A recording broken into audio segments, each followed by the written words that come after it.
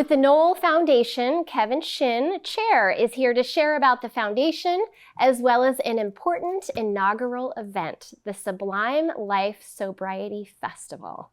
Welcome. Hey, CJ. Hey, great to have you here. Thank you so much for having me. Yeah, you have lots to share. I got tons to share. Lots to share. I think the coolest thing is a story about what's going on right now with the Nowell Family Foundation. Please. So, you know the band Sublime? I do. Okay, so lead singer was Bradley Nowell. He passed away from a heroin overdose in 1996.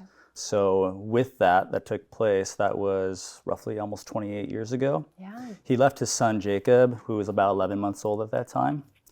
Jacob is now the age of Bradley when Bradley passed away. Wow. And Jacob is now taking over the band Sublime. Yeah. And he's jumped in with Bud and Eric, the previous or the original band members. Right. And so they're on the beginning of their tour right now, and they're right now in between both Coachella sets from last weekend and this weekend coming together. So we're in a really good spot right now. And tragically, Jacob, his son, also had to go through addiction. Mm-hmm. And it was kind of spearheaded by Bradley's father, Jim, and said, you know what, let's make sure that this tragedy doesn't continue within our family. Mm-hmm. And they created the Nowell Family Foundation, and that's to kind of help everybody in regards to addiction recovery and strengthening mental health. Oh, wow. And what are the ways that the foundation works in those regards? Yeah, first and foremost, their main goal was to build Bradley's house, which was like an elevated sobriety center. Okay. It's temporarily in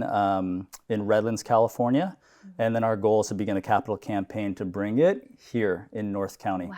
Yeah. What an amazing resource. Yeah, so it'll be a home, but it's going to be placed hopefully like in a rural setting, and we'll call that the Nowell Ranch. And then we'll have all these programmings from workforce development and just more holistic versions of treatment and care. Wow. So you're doing an inaugural event. Yeah. To raise some money. Of course, for you know me. this, right? You know me, I've done a lot here in Oceanside, so Absolutely. We're going to have the first sobriety festival called A Sublime Life, because we think that all people going through recovery should still have a sublime life. Absolutely. Our main goal is to really end that stigma of those that are going through addiction. Mm-hmm. We can't make it look like you lose your sense of pride or anything like that. You really have to understand that what those that are going through sobriety are recognizing who they are. And then they're out there saying that, hey, I'm battling through this. And we just want to recognize that. Wow. We want to applaud it. And we want to show them there's this huge community.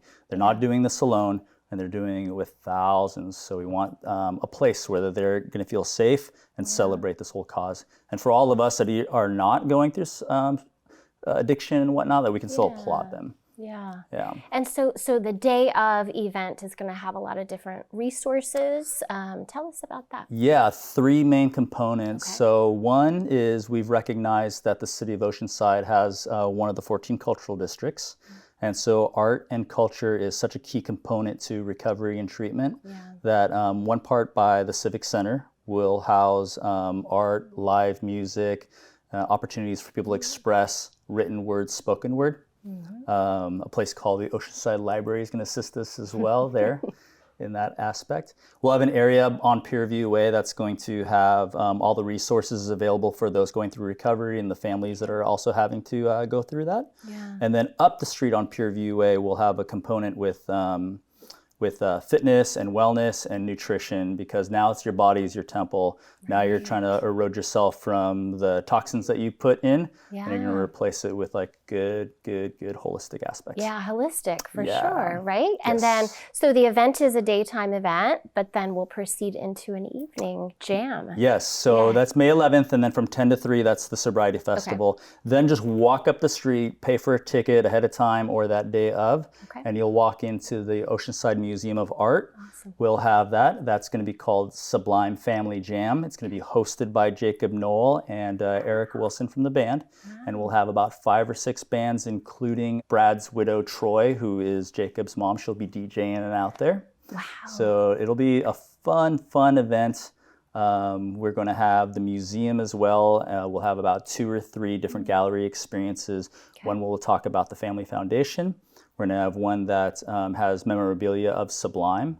And then Mike Levin's going to have his congressional art competition. And we're going to see if we can pull anything from there and kind of showcase if any of the students there have anything about mental health issues or addiction.